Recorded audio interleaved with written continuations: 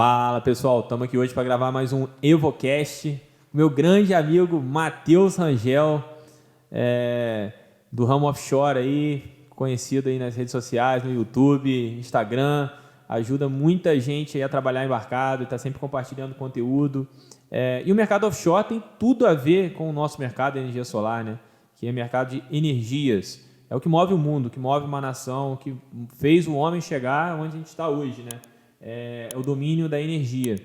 E a gente trouxe aqui o Matheus Rangel para falar um pouco aí do mercado offshore, para falar de transição energética, como as empresas de óleo e gás estão se portando aí no mundo de hoje, né? Que a gente tem que pensar cada vez mais em energias renováveis, em investir em energia limpa, e também vamos ouvir do Matheus, que está nesse meio, nesse mundo, sabe de tudo que está acontecendo.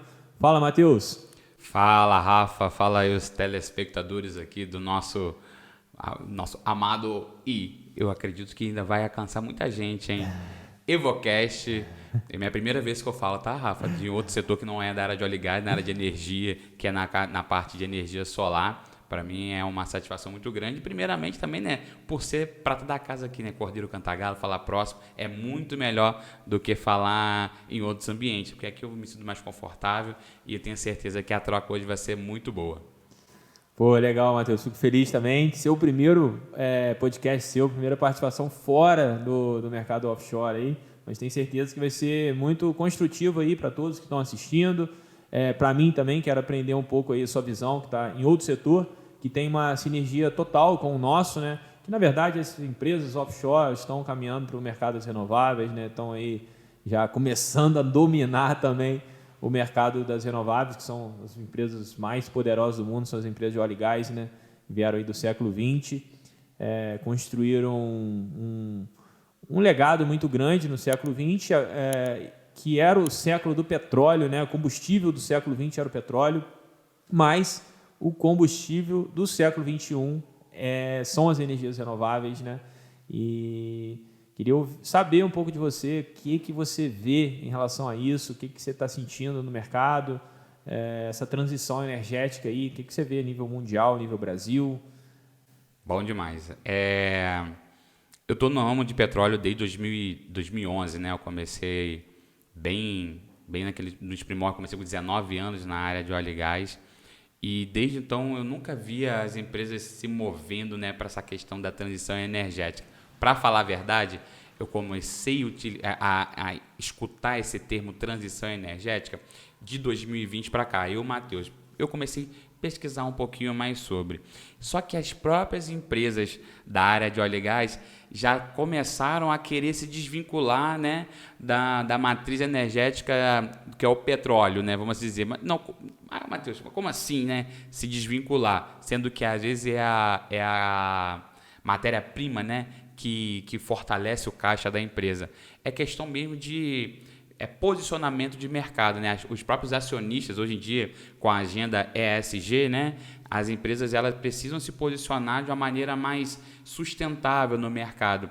E com essa transição, as empresas que antigamente era Ciclana Oil and Gas, Ciclana, hoje em dia é Betano energia. Então, as próprias empresas hoje em dia, elas vendo essa movimentação do mercado, elas já estão se adequando a essa nova fase, igual você falou, a energia do século XXI são as energias renováveis. E se elas não se posicionarem dessa forma, elas acabam, aí o impacto vem não só financeiro, vem também de recursos humanos, porque vamos supor que a empresa está focada 100% em petróleo e esquece a parte de transição energética.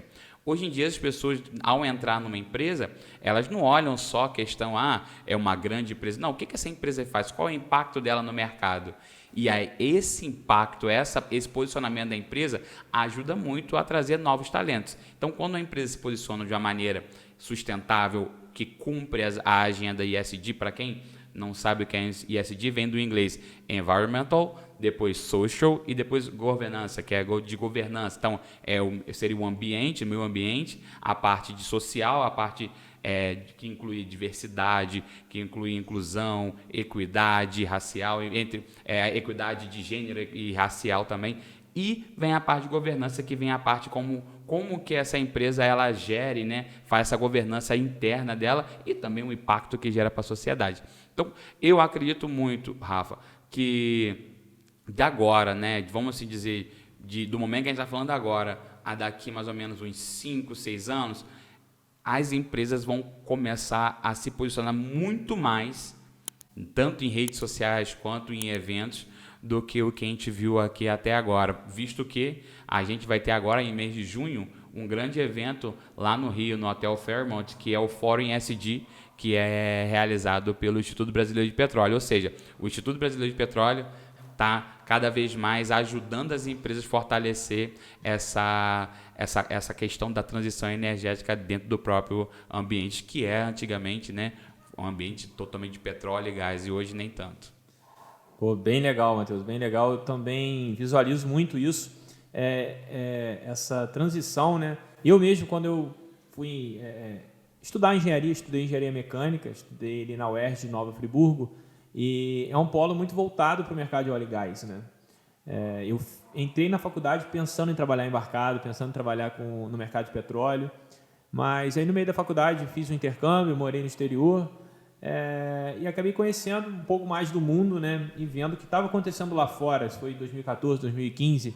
Então, quando eu voltei, eu já não tinha mais aquela vontade de trabalhar embarcado, de trabalhar no mercado de óleo e gás, só que o mercado dos renováveis sempre me chamou a atenção, por tudo que envolve, né? Tanto o crescimento do mercado, quanto isso ser alinhado com as coisas que eu penso aí para o futuro do planeta. E acabei caindo aí no mercado de energia solar alguns anos depois e venho acompanhando isso, essa transição aí das empresas, esse posicionamento que você falou, realmente isso aí faz total diferença, porque hoje com a globalização a informação ela corre muito, muito rápido, né? E as redes sociais elas mudaram o mundo inteiro, né? As pessoas estão o tempo inteiro vidradas ali nas redes sociais, acompanhando o que as pessoas e as empresas fazem. E essa agenda ESG, se não for cumprida, a empresa não vai ser bem vista do ponto de vista dos investidores. Tem investidores hoje que a maioria, né, buscam investir em empresas que se preocupam com essas questões que são sociais, ambientais, de governança, porque isso atrai talentos, né, pessoas que querem trabalhar em empresas que são bem vistas pela sociedade. Afinal, ela vai ser bem vista também se ela trabalha num lugar legal, se ela trabalha num ambiente legal que cuida da saúde das pessoas, que se preocupa com as pessoas, com a diversidade, com o relacionamento entre as pessoas. E isso é bem legal, que está acontecendo. Eu também concordo que nos próximos anos isso vai se intensificar ainda mais do que eu acho que é só o começo, né? Você falou em 2011, quando você entrou.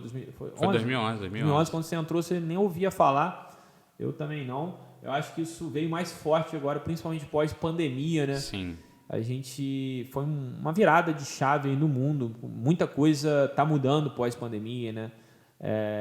E as empresas também de óleo e gás também. Eu vejo hoje muitas empresas, tipo Shell, investindo em grandes... Total. A Total ali no Galeão, no Rio de Janeiro, ocupa ali vários corredores ali, divulgando, e agora fica renováveis, né? Eólica, placas solares, e eu percebi isso também. Não se chama mais empresa de óleo e gás, Energy. A Total, por exemplo, ela tem uma linha dentro dela que é a Total Energies. A Technip Energies, a Subsea7, que é a empresa que eu trabalho, ela tem uma divisão chamada Seaway 7, que é o quê? É uma linha específica focada na parte de, não só na energia eólica, né, mas também na parte focada na transição energética. A empresa como um todo, né, ela está focada na questão de transição energética, descarbonização. Então, hoje em dia, você vê navios, cara, eu acho isso muito interessante, né, porque a gente fala de transição energética, mas você vê que a transição ela ocorre em pequenas ações, né? Tem navios hoje que usam biodiesel, tem empresas hoje que já conseguem FPSOs que já geram a própria energia e reinjetam o gás carbônico, que é retirado do gás, que retira o gás do poço, trata ele e reinjeta no poço, ou seja, aquele gás que seria queimado, ele é reinjetado no poço, que gera a pressão de do petróleo, né? fazer a surgência do óleo e do gás também, e com isso você reduz a emissão de gás carbônico na atmosfera. Ou seja, a gente fala em transição energética, a gente acha que é uma coisa tipo assim, caraca, meu irmão, eu preciso fazer... Não, cara, são pequenas ações do seu processo que você olha assim, cara, como que aqui no meu trabalho eu consigo fazer fazer a transição energética, por exemplo, um exemplo, coisa simples, o fogão daqui da empresa é a gás e eu vou começar a utilizar, talvez agora, uma elétrica para tentar reduzir alguma coisa. Aí alguém vai falar assim, Matheus, mas e a energia lá do... Não, a gente utiliza energia solar, pô. A gente não precisa se preocupar com isso. A energia que a gente utiliza, ela vem natural do sol. A gente não está pegando lá da hidrelétrica, nada disso. A gente utiliza energia solar. Eu estou reduzindo a questão do gás, que às vezes é até mais caro, dependendo de quem usa, para mudar para um fogão mais elétrico, assim, onde vou usar na airfryer aqui para ficar mais tranquilo, entendeu? Por quê? Sim. Quanto mais eu conseguir usar energia elétrica baseada no que? Eu tenho energia solar. Eu vou estar já contribuindo para o meu custo e, ao mesmo tempo, contribuindo para o meio ambiente. É verdade. E hoje a gente vê eu acho que, assim, além dessa questão política global, né, de necessidade de investimentos em energia limpa, eu acho que a agenda ESG que essas empresas, ESG, né, que essas empresas têm que seguir, são fatores, sim, importantes para essas empresas estarem investindo mais em energias renováveis. Só que também eu acho que a gente chegou numa curva muito favorável, curva de preço muito favorável às energias renováveis, coisa que não tinha no passado. A energia solar era muito cara, era assim, praticamente inviável financeiramente. Só que hoje, com o avanço da tecnologia, com a China começando a produzir em massa esses equipamentos, painéis solares, chegou num preço muito acessível para o consumidor, a nível global. Hoje, se a gente falar especificamente aqui do Brasil, é uma das fontes de energia mais baratas que tem. Se você botar na ponta do lápis, comparar a energia solar com outras fontes de energia, como a eólica, a hidrelétrica, carvão, entre outras fontes, a energia solar é uma das mais baratas. Então, a China está produzindo em massa, a Índia também está produzindo, outros países produzindo painéis solares, produzindo novas tecnologias, painéis mais eficientes. Então, a gente chegou numa curva de preço muito favorável, o que favorece muito o desenvolvimento desse mercado a nível global, né? Então, o preço é fundamental, então custo baixo, empresas também buscam custo baixo, então não é somente a agenda ESG, acho que essa parte de preço é muito importante para esse avanço dessa transição energética global, né? Mas, só pegando um gancho que você falou, a questão do avanço e a questão da agenda, elas estão juntas porque quando eu deixo mais acessível, eu consigo fazer com que mais pessoas tenham essa mesma mentalidade. Então, antigamente, ter carro era muito difícil. Só tinha carros as pessoas que eram mais prósperas. Telefone, celular, antigamente mesma coisa. Hoje, com a energia solar, a pessoa só não tem se ela não quer mesmo. Assim, qual é a desculpa que a pessoa quer dar hoje? Qual é a principal objeção que a pessoa pode dar hoje se ela não quer ter energia solar? É que ela não quer. Porque a gente tem acesso, a gente tem preço, tem empresas que, mas na minha região não tem. Só fala assim, não tem, vamos botar um franqueado Evo Solar aí. Então, hoje as empresas as pessoas, na verdade, né, que têm na mente, né, através das empresas, porque eu falo que o valor da empresa, uma empresa hoje, a maioria delas tem um valor de sustentabilidade. Esse valor é um valor que não fica só dentro da empresa. Esse valor acaba exalando e indo para nossas casas, visto que, poxa, em casa eu tento ao máximo segregar o lixo, papel, plástico, orgânico, pelo menos esses. Eu tento segregar e eu tento levar isso para o meu filho, que aí o meu filho vai crescendo com isso. Quando ele chegar numa empresa, ele já vai ter uma mentalidade diferente. Então, se você tem a oportunidade de contribuir, a melhor forma e acessível, a melhor forma que você tem é tentar ver no seu ambiente o como. Se você não sabe como fazer isso, procure alguma empresa, né, de preferência. Aí você lá que sabe como te planejar aí, como planejar, como executar e te apresentar isso da melhor maneira. Então, acho que na minha concepção, quando a gente fala de agenda ESG e essa parte de transição energética das empresas, isso acaba impactando também pessoas por causa do acesso que o próprio governo ou as próprias empresas, essa produção em massa, possibilita a gente ter. Verdade. Eu acho que cada vez mais, sim, a energia solar está mais acessível. Hoje, tem uma parcela da população que não tem condições ainda, mas uma parcela muito grande tem condições, uma parcela muito grande que não sabe que tem condições, não sabe, nem conhece a tecnologia, outros que têm condição, mas não é o momento, não tem medo, ou tem essas desculpas, né? Não tem dinheiro no momento, que na verdade não tem planejamento. Rafa, se alguém está ouvindo a gente aqui, paga R$500 de luz, é só fazer a troca. Não precisa nem tanto. Não, tô falando, eu joguei 500 alto, tá? Joguei 500 alto. R$200 já começa a valer bastante a pena hoje. Antes era R$500, mas está baixando cada vez mais, né? Porque a tecnologia está ficando mais barata. Teve esse ano baixou os preços consideravelmente em relação ao ano passado. Então, está muito acessível a energia solar. Hoje, só estamos numa fase, o crédito está um pouco alto, mas só uma questão econômica global, mas nem por isso as pessoas deixam de pagar energia. Não pode deixar de pagar a conta de luz. E aí é uma conta que elas têm que pagar, porque ninguém fica sem energia, ninguém fica sem usar geladeira, usar lâmpada, não tem como ficar sem energia elétrica. É uma necessidade básica da população. E você tem que pagar a conta alta, porque o preço da tarifa de energia é um preço alto e que só aumenta. Exato. Ano após ano. Então, realmente, é um custo que vale a pena a pessoa se planejar para tirar desse custo mensal, né? E o que é bem interessante, um ponto que eu acho interessante em relação à energia solar, quando comparado aí a outras fontes de energia, é sobre a facilidade, que ela tem. A energia solar ela é acessível a residências. Sim. Outras fontes de energia, como, por exemplo, o petróleo ou o carvão, cara, pouquíssimas pessoas no mundo têm o domínio dessas tecnologias. Pouquíssimas pessoas no mundo conseguem gerar energia dessas fontes. A solar não. A solar você pode ter 2 painéis solares em casa, gerando lá quase R$100 de energia com 2 painéis solares.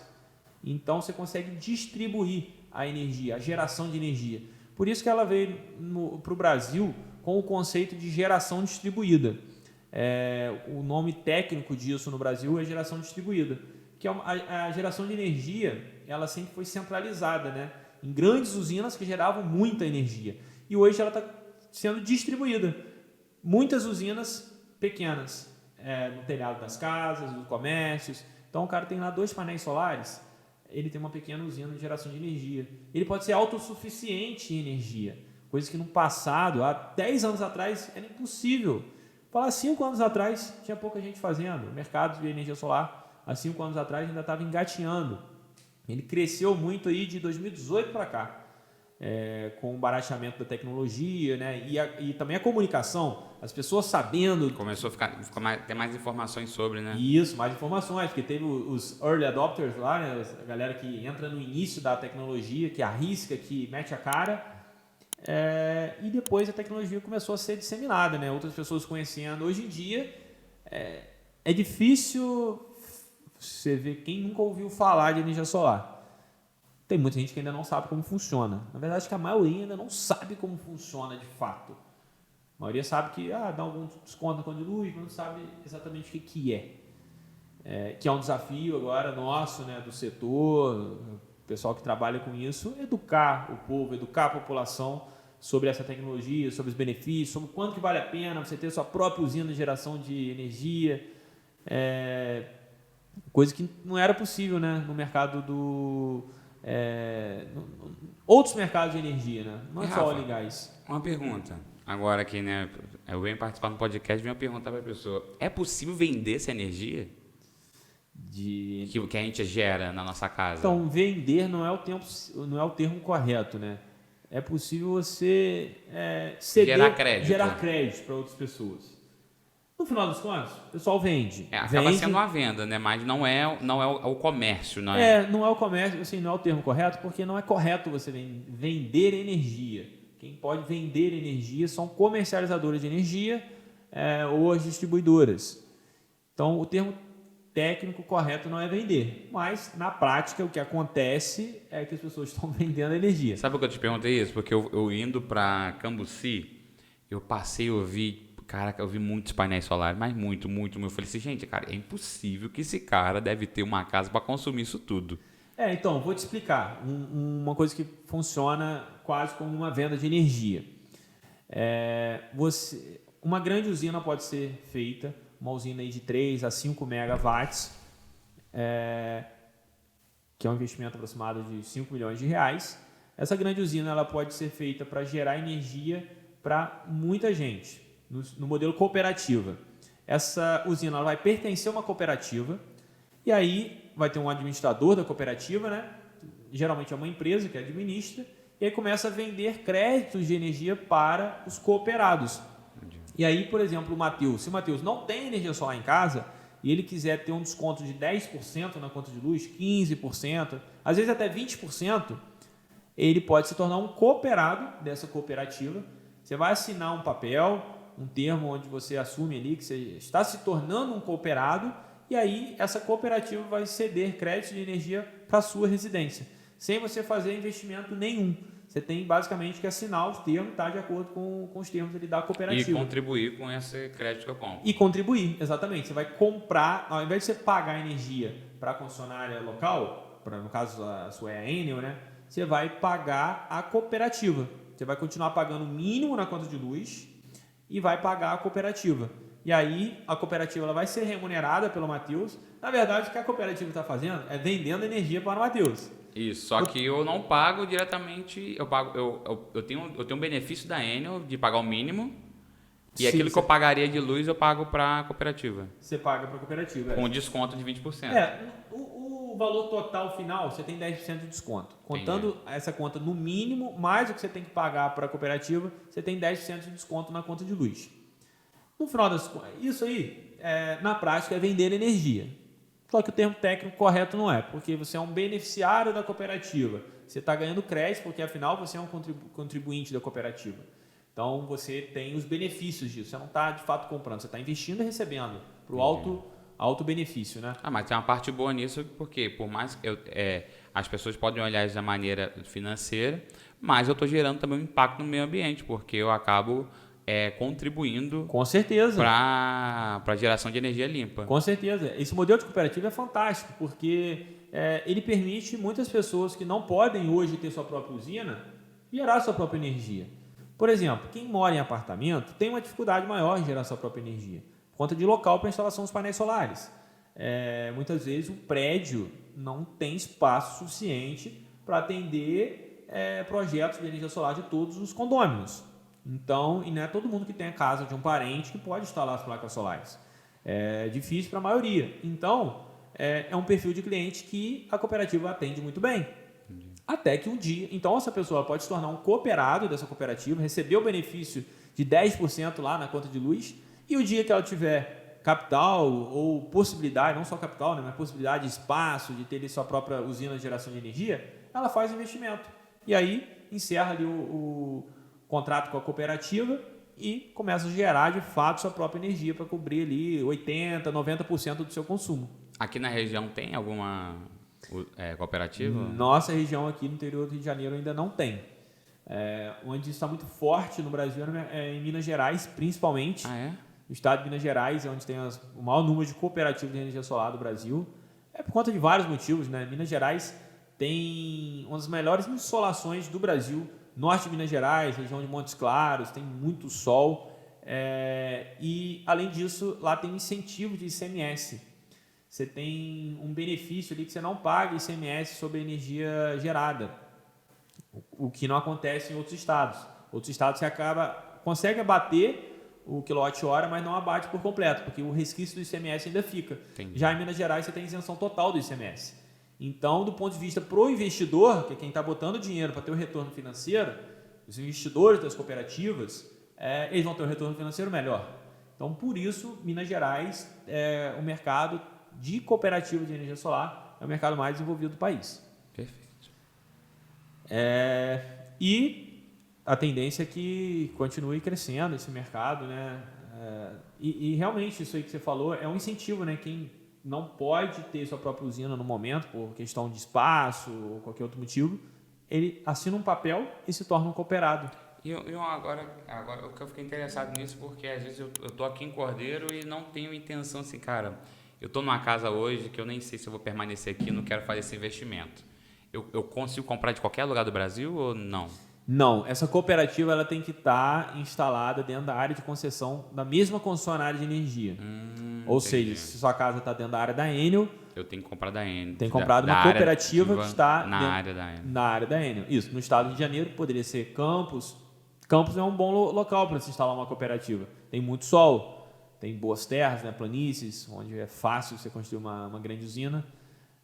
Campos, Itaperuna, tem muito sol, terra num preço acessível. Itaperuna tem sol pra caramba. Itaperuna, na verdade, acho que é a região onde estão fazendo mais usinas de energia solar no estado do Rio de Janeiro. Itaperuna, Italva, Campos ali mesmo. Italva também, isso aí. Ali é tenso. Mas aí, Matheus, como é que está aí, cara, o mercado de energias renováveis nas empresas offshore, né?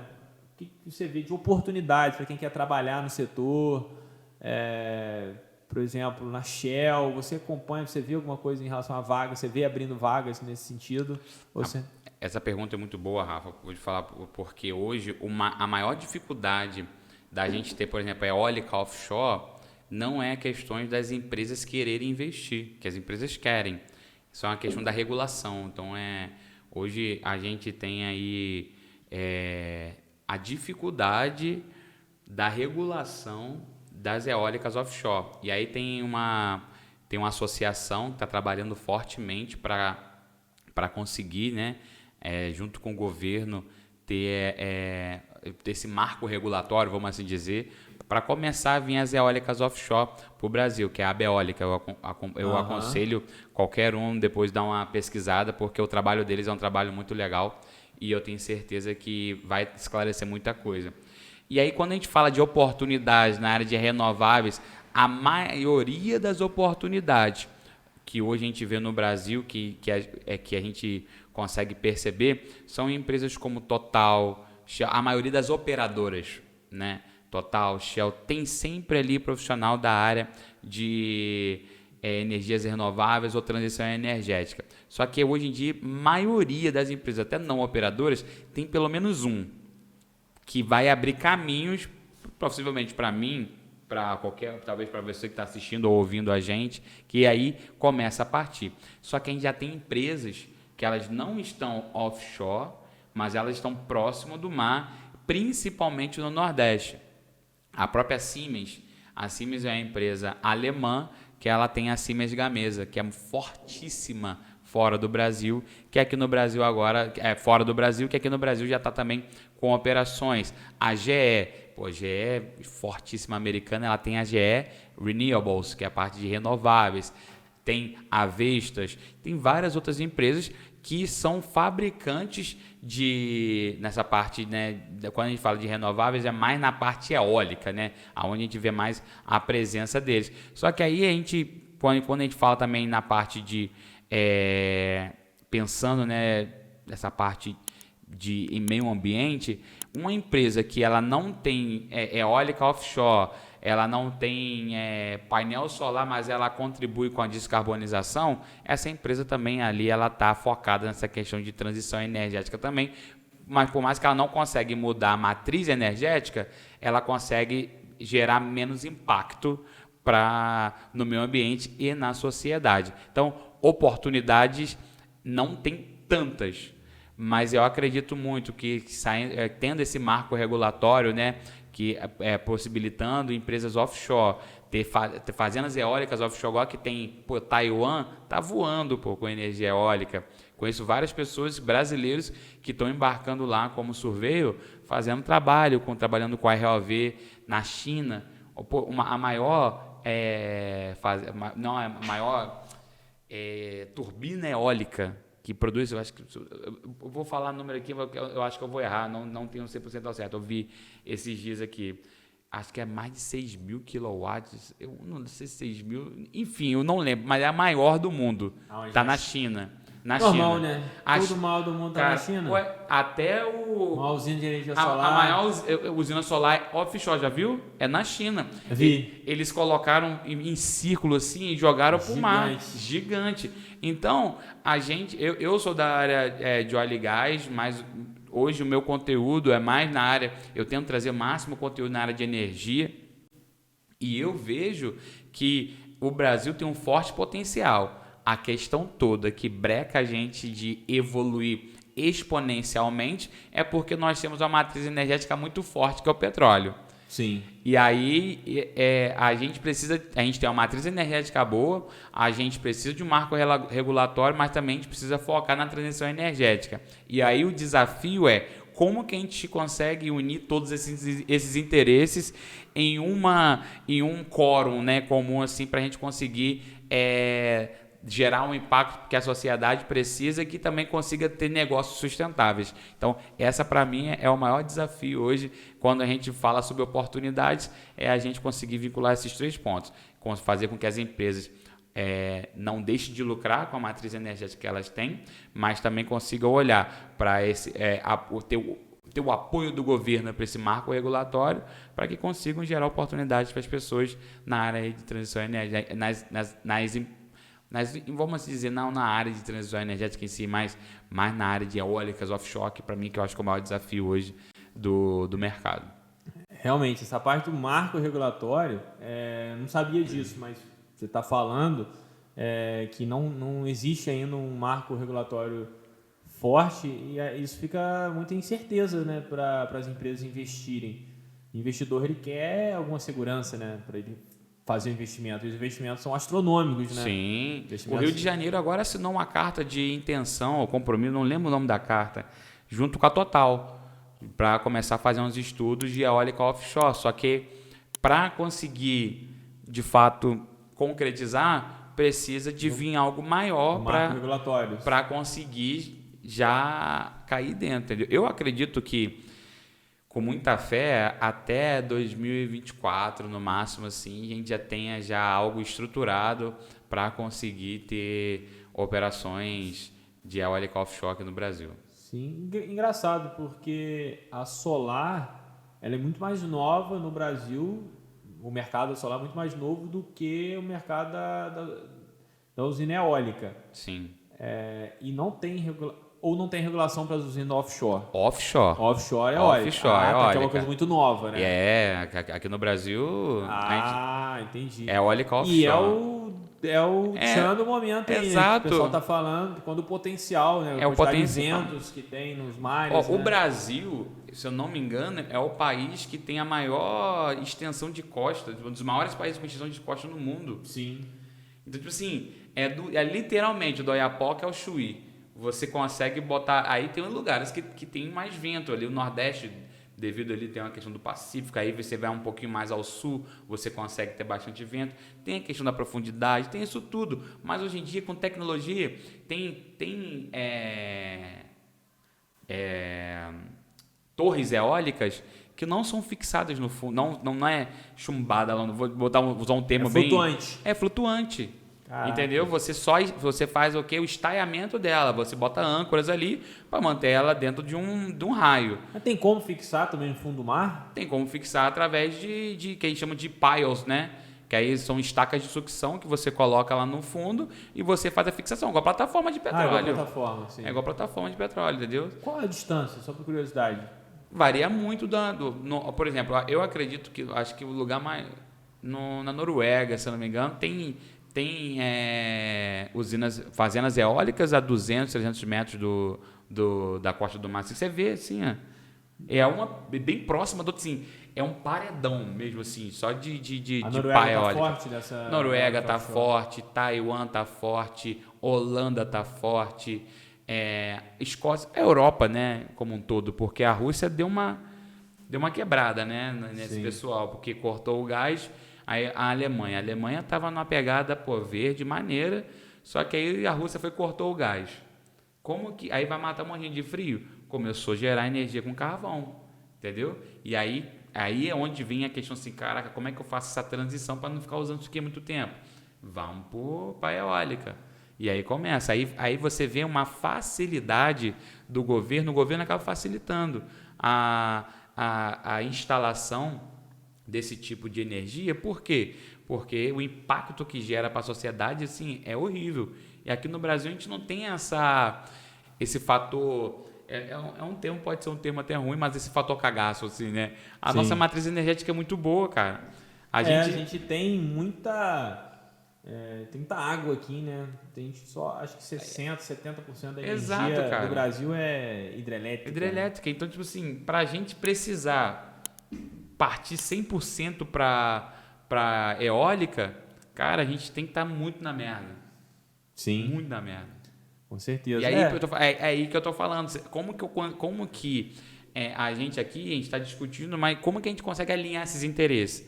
Da regulação, matriz energética, para gerar as oportunidades com o negócio, fazer com que isso tudo que está acontecendo, faça com que o negócio seja sustentável e que a sociedade e as próprias empresas consigam fazer essa transição. É difícil, porque eu tô muito bem aqui, para que eu vou ficar mudando, gente? Vocês querem me arrumar problema?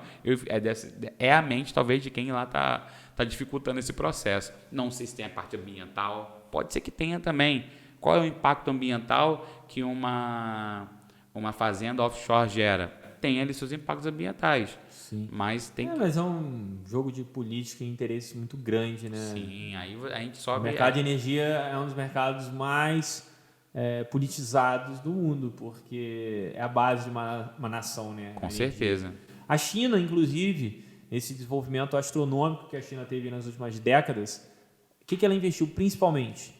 Energia, transportes, né? E ela investiu muito em petróleo, só que as pessoas nem percebem. Hoje, você pode ver aí a maioria das sessões de partilha que tem de campos de petróleo, a China nunca fica com 50%, ela vem aqui pegar 10% de um campo, 5% de outro, mais 10% de outro. Aí, ó, um dado só para a galera ter noção que eu anotei para não esquecer, para você ter noção da quantidade de petróleo que a gente gerou. A média diária de petróleo da União que ela atingiu em 2022, o valor recorde foi de 41.079 barris de petróleo por dia. Os destaques ficaram para o campo de Mero, com 28 mil barris de petróleo, Búzios, 5 mil e o entorno de Sapinhoá, 4,3 mil barris de petróleo por dia. Isso foi a fonte Agência Brasil contra a EBC. E aí eu vou jogando para o lado aqui que tem uma informação mais importante. Ó. No ano passado, no caso em 2022, foram produzidos 233 milhões de barris de petróleo por 7 contratos contra 62 milhões de barris de petróleo em 2023. Você tem noção que praticamente quadruplicou a produção de petróleo no passado? Isso no Brasil? Isso no Brasil. No Brasil. E aí, agora eu já perdi as contas, mas de ano passado até 2025 iam chegar no Brasil 13 FPSOs. A maioria desses FPSOs produzem no mínimo 150 mil barris de petróleo por dia. O que produz mais são 220 mil barris de petróleo por dia. Meu irmão, até 2031 você vai ver. Não estou brincando. Eu acredito que a gente consiga chegar a 500 milhões de barris de petróleo por ano. Por ano, com a quantidade de FPSO que está chegando aí. Caraca. E aí, meu irmão, a pergunta que fica é como o governo, como as associações vão conseguir convencer o governo a fazer essa transição. Sim. Entendeu? Porque é isso que eu não consigo enxergar. Até, por exemplo, vai ter o fórum ISD, que eu falei com você agora em junho, uma das minhas principais perguntas que eu tenho para a maioria dos gestores, CEOs, como vincular o interesse do negócio com o impacto para a sociedade através de a transição energética. Porque o petróleo, tem lá a queima diária lá do gás lá que a gente não consegue... Cara, a gente produz tanto gás que a gente não consegue tratar e exportá-lo todo. Da quantidade de gás que é produzido. Queima, pô. Quando o equipamento para, a gente queima dobrado. Tem um equipamento chamado VRU, que ele faz ele recupera esse gás do processo. Ele aumenta a pressão dele, eu consigo aproveitá-lo mais, gás desse processo. Quando esse equipamento quebra, meu irmão, um bizu pra galera. Quando você passar, ver alguma plataforma, foto, vídeo, plataforma com a chama muito alta, isso não quer dizer que tá coisa boa, não. Aquilo ali é problema.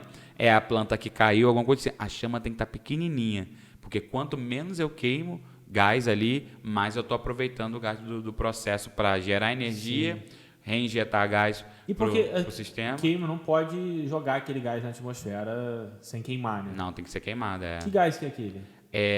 Aí tem um blend de gás, né? Mas tem, na maioria ali vai ter gás carbônico, vai ter sulfeto de... Vai ter um pouco de H2S, que eu esqueci agora qual é o H2S, sulfeto de... Enxofre, né? H2S. Vai ter H2S, vai ter vários gases ali, metano, butano, sim, vai ter tudo ali no meio. E acaba sendo queimado. Entendi.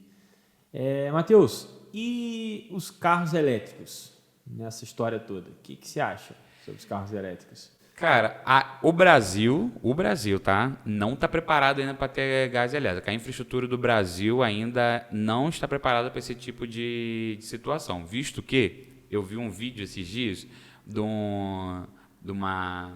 Agora, era um carro da Dodge, se eu não me engano, ou da Chevrolet. Não lembro qual era a marca ao certo. Só sei que o cara tinha um gerador na carroceria do carro. Por quê?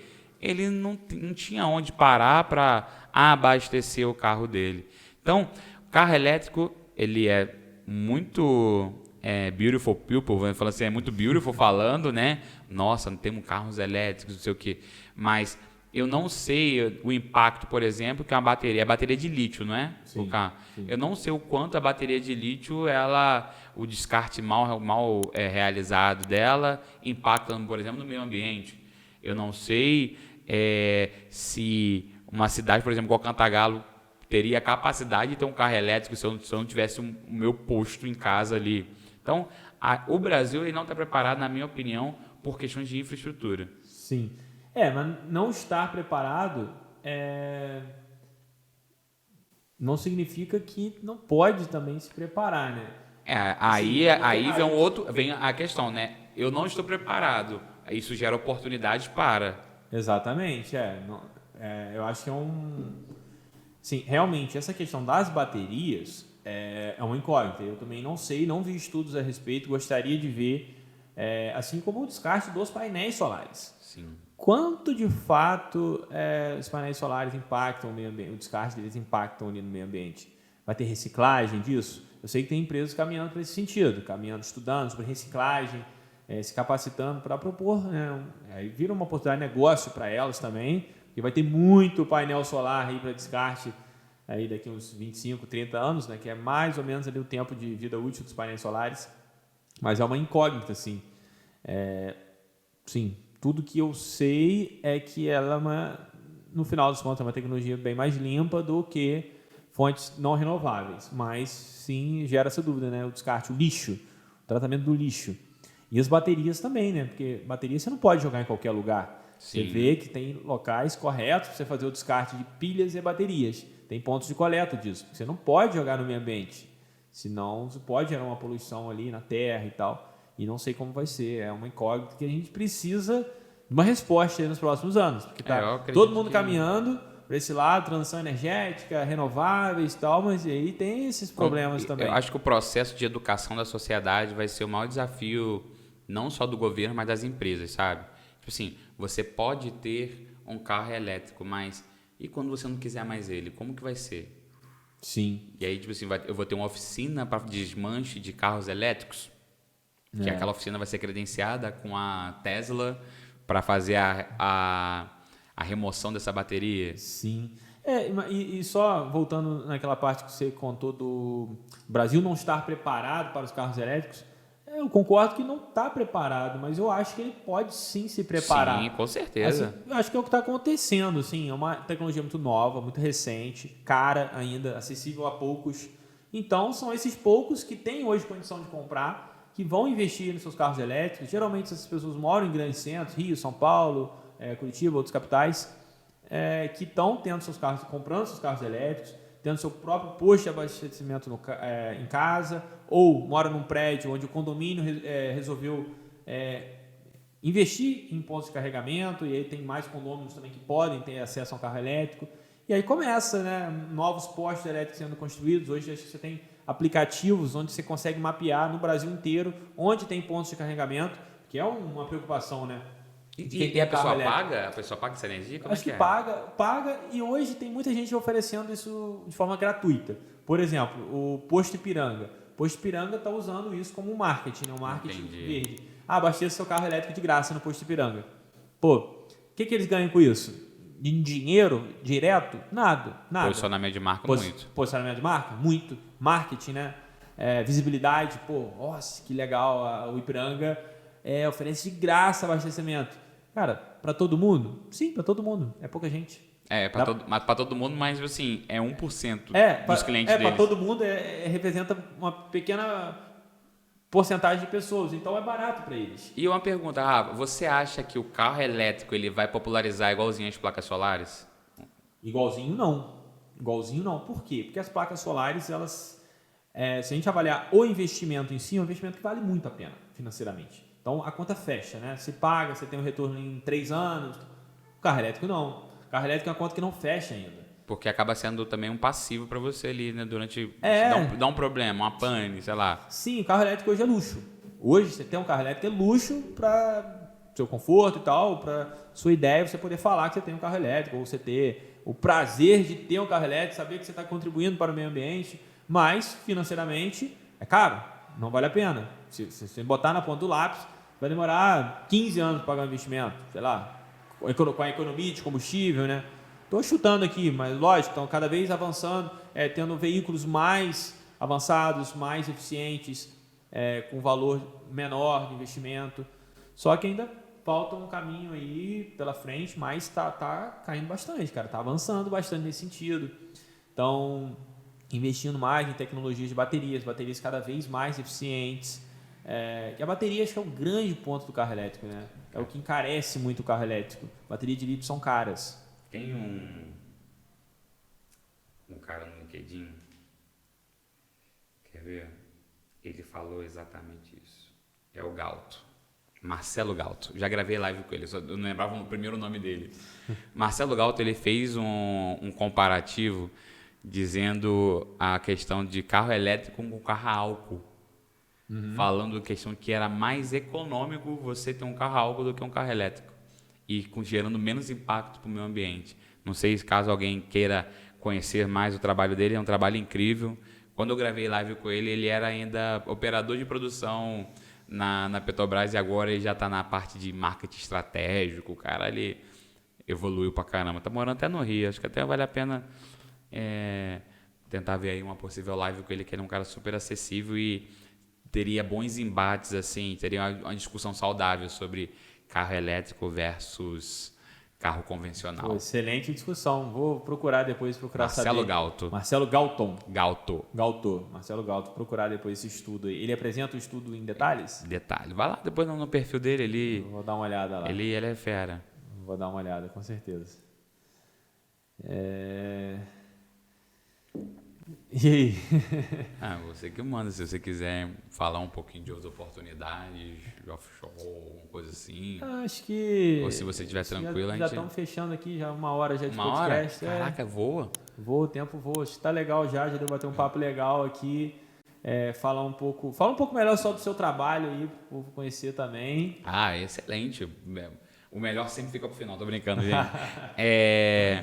Como eu falei, eu trabalho embarcado desde 2011, né? Então, eu percebi nesse caminho quantas pessoas elas queriam trabalhar embarcado e já iam direto para a execução. E aí eu comecei na minha casa mesmo, dando mentoria para as pessoas. Eu ali na varanda da minha casa, abri o PowerPoint e aí ensinando as pessoas. E em 2018 resolvi botar a cara na internet para levar esse conteúdo para mais pessoas, visto que, por exemplo, na live de ontem eu tinha pessoas de Boston, Angola, Boston nos Estados Unidos, Luanda na Angola, tinha pessoas de Moçambique, tinha pessoas de Portugal, tinha pessoas do Amapá, Amazonas, Santa Catarina, Rio Grande do Sul, Bahia. Então, a gente, quando eu resolvi botar a cara na internet, eu percebi que o meu conteúdo não ia ter mais barreiras. E desde então, eu comecei a mentorar pessoas que desejam trabalhar embarcado, mas não têm experiência nenhuma. Eu trabalho com pessoas sem experiência? Trabalho. Mas o meu maior desafio é, de fato, pegar aquela pessoa, igual, por exemplo, hoje, atendi um cara que é motorista de ônibus e quer trabalhar embarcado. Eu gosto de pegar uns desafios assim. Cara, tem nada a ver uma coisa com a outra. Mas a gente vai através da instrução, que aí a minha mentoria ela é baseada em 3 pilares, né? Primeiro, eu trago conhecimento. Depois que eu trago conhecimento para essa pessoa, ela tem clareza. Aí depois que ela tem clareza, eu ajudo ela no planejamento, que ela consegue já visualizar. Ela tem um caminho claro e agora ela consegue visualizar esse caminho. E por fim, eu ensino ela a executar, que é de fato botar o dedo no gatilho, mirar a oportunidade e atirar. E aí é onde está o principal erro das pessoas. As pessoas elas pulam as 2 primeiras etapas e vão cega e sem um planejamento querendo executar. E aí é onde o meu produto chega para ajudar essas pessoas. Quem adquire a mentoria e vê lá que eu já trabalhei em grandes multinacionais, já trabalhei nas 3 principais áreas do offshore, que eu já trabalhei na perfuração, já trabalhei na produção e hoje eu trabalho com engenharia submarina. Então, eu tenho uma visão, vamos dizer, 360 do mercado. Eu consigo trazer visibilidade às pessoas, tudo de erros que eu cometi, erros que outras pessoas cometeram, para que as pessoas consigam a tão sonhada oportunidade offshore. E aí hoje eu ajudo nas minhas redes sociais, qualquer lugar hoje, qualquer rede social que você jogar dicas offshore ou como trabalhar embarcado, o Google vai falar para você, olha, tem pessoas que produzem conteúdo, mas esse cara aqui, ele é o que produz melhor. Não que eu sou melhor do que os outros, jamais. Cada um tem seu espaço, mas eu busco sempre trazer o melhor para os meus seguidores. Legal, Matheus. Eu admiro demais seu trabalho. O Matheus ajuda aí milhares de pessoas, pode falar com tranquilidade, são milhares de pessoas que são ajudadas pelo Matheus a conseguir o seu emprego, conseguir seu trabalho ali offshore, ou conhecer mais o mercado. Às vezes a pessoa já conhece, já trabalha, mas ela acaba se capacitando mais, entendendo um pouco mais sobre o mercado offshore com as dicas do Matheus, que compartilha conteúdo de graça, né? Porque é uma coisa que eu vejo que é paixão mesmo, gosta de fazer, gosta de falar, e acabou se tornando um hobby e depois um trabalho, né? Trabalho. Hoje eu tô indo, uma coisa que eu vou falar, bota inédito aí, produção. Eu tô indo para minha primeira funcionária. Olha, que legal. Eu tava relutando muito quanto a isso. O Rafa viu o crescimento, por exemplo, ali do escritório que a gente tinha aqui. Nosso escritório era um do lado do outro. Então, hoje eu tá aqui, ver o reflexo também do crescimento do Rafa. E ali a gente estava engatinhando, pô. Eu tinha um tripézinho com microfones em lapela que chiava pra caramba, mas a gente estava insistindo. E hoje, 2023, eu estou indo para tô para contratar minha primeira funcionária, que vai trabalhar como um assistente virtual, vamos dizer, me ajudando a resolver assuntos burocráticos que hoje em dia eu preciso focar mais no estratégico. Eu aprendi isso, né? Eu preciso focar no estratégico do meu negócio e deixar e terceirizar essa parte burocrática para que eu consiga ganhar escala. Então, para mim ganhar tempo, né? É verdade. Você precisa de pessoas para te ajudarem, né, a fazer o trabalho ali mais operacional, e você é a cabeça do negócio, o pensamento estratégico, quem sabe a direção que tem que ser seguida, e aí você vai contar com parceiros, colaboradores que vão te ajudar nesse processo, né? Mas feliz aí pela primeira colaboradora aí. Tô meio... Mas vai dar certo. Vai dar certo, certeza. Já deu. Matheus, um prazer estar contigo aqui, irmão. Tamo junto, Rafa. Obrigadão mesmo. É só o começo. E quem não segue ainda é Matheus Rangel. @Matheus_Rangel no Instagram, no TikTok também. Se você está me ouvindo aí, Matheus, eu não utilizo essas redes sociais, só utilizo o LinkedIn. Não tem problema. É só você jogar Matheus Rangel ou se eu jogar Dicas Offshore, que o LinkedIn vai direcionar para o meu perfil. No YouTube, meu canal é @Dicas Offshore. E qualquer coisa também, não encontrei lugar nenhum, faz sinal de fumaça que eu te encontro. Show de bola, Matheus. Obrigado, irmão, Eu que por ter agradeço, vindo aqui. Rafa. Foi top. Obrigado, pessoal, por estar assistindo aí. E É só o começo, vamos que só vamos. o começo, vamos que vamos. Até o próximo episódio. Um abraço. Valeu. Valeu.